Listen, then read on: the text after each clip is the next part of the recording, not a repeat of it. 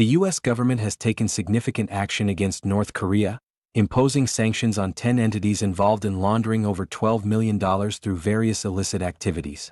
This move highlights ongoing concerns about the country's cyber operations and their implications for global security. On November 5, 2025, the U.S. Treasury Department announced sanctions against 8 individuals and 2 entities linked to North Korea's financial network. These sanctions target those who are believed to facilitate money laundering for cybercrime and fraudulent IT schemes, which reportedly finance the regime's nuclear ambitions. Next, we'll delve deeper into the specifics of these sanctions and what they reveal about North Korea's cyber activities and financial operations. If you found this update helpful, please like, share, and subscribe to InfoSec Now for the latest cybersecurity news. Your support really helps us continue building useful content for cybersecurity professionals. On November 5, 2025, the U.S. Treasury Department unveiled a comprehensive set of sanctions targeting key players within North Korea's financial ecosystem. This action not only underscores the persistent threat posed by North Korean cybercrime but also reveals the intricate mechanisms the regime employs to evade international restrictions. Among those sanctioned are Jang Chol and Ho Jong-sun, who allegedly managed significant funds for First Credit Bank, linking them directly to North Korea's ongoing missile development efforts. The sanctions also encompass the Korea Mangyongdae Computer Technology Company, KMCTC, which has been pivotal in deploying North Korean IT workers overseas.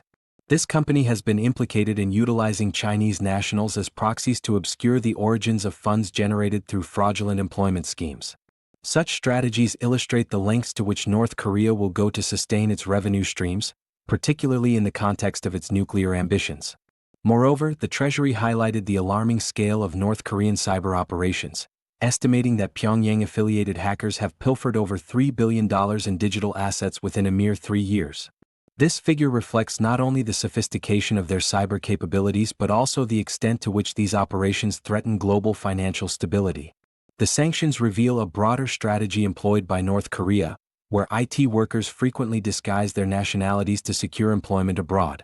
This tactic allows them to funnel substantial income back to the DPRK, often in the form of cryptocurrency. Analysis from blockchain intelligence firm TRM Labs indicates that these illicit activities have generated over $12.7 million between June 2023 and May 2025, further entrenching the regime's ability to finance its military endeavors.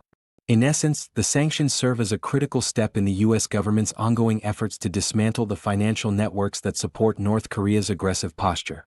By targeting these individuals and entities, the Treasury aims to disrupt the flow of illicit funds that bolster the regime's cyber operations and weapons development, reflecting a concerted commitment to safeguarding both national and global security.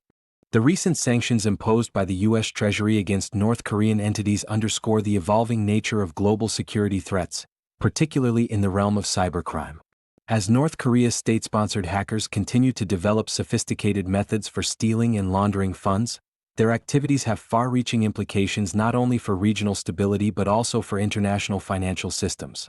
The Treasury's assertion that these cybercriminals have pilfered over $3 billion in digital assets within the last 3 years highlights a disturbing trend where cybercrime is increasingly intertwined with state-sponsored activities. This convergence raises alarms about the potential for cyber attacks to escalate, as these actors leverage their financial gains to bolster military capabilities, specifically nuclear weapons programs. Moreover, the utilization of IT workers abroad, who masquerade under false identities to secure employment, showcases a strategic maneuver by North Korea to bypass sanctions. This tactic not only highlights the regime's adaptability but also poses significant challenges for global cybersecurity frameworks, which must now contend with an enemy that operates under the guise of legitimate business practices. The role of cryptocurrency in these operations cannot be overstated. The $12.7 million laundered through various channels, including cryptocurrency wallets linked to sanctioned banks, illustrates a shift in how illicit funds are transferred and concealed. Traditional financial institutions are increasingly vulnerable to these methods, necessitating enhanced monitoring and regulatory measures to prevent similar abuses. As the global community grapples with these developments, the necessity for international cooperation in cybersecurity becomes paramount. Countries must share intelligence and develop unified strategies to counteract the tactics employed by North Korean cybercriminals. Failure to do so could embolden such actors, leading to more frequent and severe cyber incidents that threaten not just national security, but the integrity of global financial systems as well. As the international community grapples with North Korea's persistent cyber threats, the next steps in addressing these challenges will be crucial. The recent sanctions serve as a clear indication that the U.S. is committed to disrupting the financial networks that support the regime's cyber operations. However, sanctions alone may not suffice. Experts suggest a multifaceted approach that combines diplomatic efforts, enhanced cyber defenses, and international collaboration. One critical area for improvement is the sharing of intelligence among nations. By creating a more robust framework for cooperation, countries can better track and counteract the sophisticated tactics employed by North Korean cyber actors. Enhanced information sharing could lead to more effective identification of targets and prevention of attacks before they occur. Moreover, the role of private sector cybersecurity firms is becoming increasingly vital. These companies can offer insights into emerging threats and assist governments in fortifying their defenses against North Korean cyber intrusions. Engaging the tech industry in this fight not only bolsters national security but also fosters innovation in cybersecurity solutions. In addition to these strategies, there is a pressing need for public awareness campaigns. Educating citizens and businesses about the tactics used by North Korean hackers can empower them to recognize and report suspicious activity. This grassroots approach, combined with governmental action, can create a more resilient society against cyber threats. Lastly, addressing the root causes of North Korea's cyber activities is essential.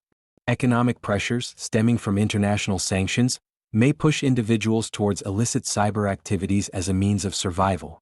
Creating avenues for legitimate employment and economic development within North Korea could reduce the incentive for engaging in cybercrime.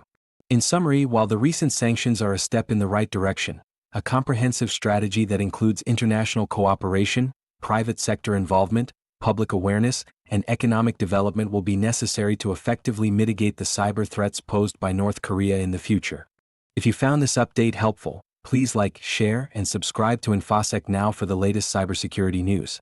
Your support really helps us continue building useful content for cybersecurity professionals.